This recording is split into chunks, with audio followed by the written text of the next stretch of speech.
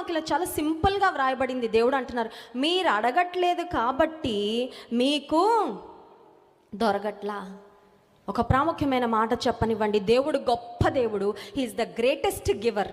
గొప్పగా ఇచ్చేవాడు ఆయనే, కానీ మనం అడగకపోతే ఆయనకి ఎంత ఇవ్వాలనుకున్నా, ఆయన దగ్గర ఎంత ఉన్నా మన దగ్గరికి ఏమీ రావు. అర్థమైందా? దేవుని దగ్గర చాలా ఆశీర్వాదాలు ఉన్నాయి. నీకు కావలసినవన్నీ ఆయన దగ్గర ఆయన ఇవ్వాలని కూడా ఎంత కోరుకుంటా ఉన్నాడు, కానీ నీవు అడిగే వరకు అవి నీ దగ్గరికి వెరీ సింపుల్. మనం అడగకపోతే మనం పొందలేమండి. ఎందుకు నేను పొందట్లేదు అంటే దేవుడు అంటాడు, నువ్వు అడగట్లా. నీకు అడగడం కొన్నిసార్లు చేత, you don't know how to ask. ఏం చేస్తున్నారంటే 4వ వచనంలో, పోట్లాడుదురు యుద్ధం చేయుదురంట. పోట్లాడడానికి మాటలు వస్తున్నాయి, కానీ నన్ను అడగడానికి మీకు మాటలు